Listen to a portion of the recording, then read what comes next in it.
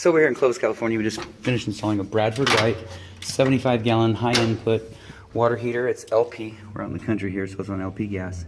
And you can see right here the RG275H6X. That's the model number. X is for propane. There's the serial number as well. You can go to bradfordwhite.com and give them that information, full name, street address, whatnot, and look at your warranty going. So 6-year parts and labor, or 6-year parts, 1-year labor. And so that's what you can do. I think also in here you might find a card you can mail in, but easiest way to do it is just go to bradfordwhite.com and get your warranty going. So starting at the top, what we did, we reused the existing vent pipe. So it wasn't part of contract, and it's certainly not code that you have to put new pipe in, but it just plugged right back. We cut about 1 inch off the bottom, no big deal. Got it tied back in, so that's nice. It's full 4-inch vent through the roof, which is required for the high input unit here, and then the draft diverter comes with the unit. Over back here, what we did is we replaced the nipple coming out of the wall on that side because we can get it to turn. It was like a 12-inch Fletcher coat nipple, and so we just brought it, took it out and gave you a nice, the whole pipe is galvanized. The whole piping system here in the home is galvanized pipe, so there's nothing we can do to get away from that. But we did put a new nipple in right there, and then of course these stainless steel connectors. These are by HoldRite. Typically we use Falcon stainless steel, but they don't have the 1-inch in the female thread by female thread, so these are by HoldRite, and they're pretty expensive lines, but solid stainless steel, and so that'll give you plenty of flow, tied directly in from the nipple down to the tank. And on this side we just give you a 1/4 turn shutoff valve. So this is a Watts 1/4 turn full port ball valve, so 1/4 turn off, 1/4 turn on. That makes it nice. If you need to work on this, these guys are hard shut off. Sometimes those gate valves, they start leaking, dripping, whatever, and then damages the water heater and whatnot. So that's good. We did leave this nipple in place. We put a 24-inch wrench on there and tried to unscrew that. It was buried, and we didn't want to risk snapping something in the wall, so we just left it there. And again, your whole house is iron pipe, galvanized steel, so nothing we can do about that. We did new valve, and then of course once we put a new valve on, we like to go to brass. We go brass, we just keep going brass and stainless steel, so they're all compatible. Iron pipe, brass, stainless steel, doesn't matter, it's all compatible material.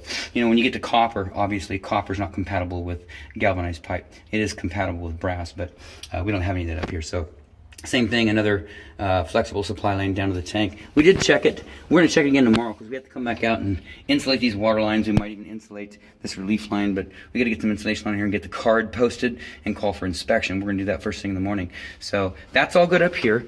Moving down below, what we've got, as per code and per contract, upper third, we've got the adjustable strap. Lower third, we got the adjustable strap, so that's good. Over here is a little fussy because the relief valve, it comes installed from the manufacturer, and I believe there's a port up top. I'm not real sure, but I think, let me see, what does that say over there? No, that's anode. So anyways, there's the relief valve, but the line is over on this side. So we got creative. What we don't like to do is when we put something in is box the water heater in. Like if you just do hard pipe from there to there, you got to cut everything back out. So what we did, put in a union here on the copper, so that breaks loose. And then of course over here we put it on, we do have iron pipe in the wall, and then we got a brass. That should insulate the copper, and then brass nipple, because but we do have a dielectric union. And it should be insulated, it shouldn't break down. There's no water running through the pipe ever unless you activate it. So it wouldn't cause any problems, but still by code, it's a dissimilar galvanized pipe, copper pipe, dissimilar metals, and it will break down. But we've got the union here. It's a dielectric union, so that wouldn't happen even if this was a pressurized water line. So again, no water ever going through this line. It's a relief line, dumps out right here, and so you activate it once a year to make sure that it's functioning correctly. So there's a little bit of copper fittings all the way around here, tied back in. That's good. It's got grade, so it's either level or it grades downhill all the way over. So that's good.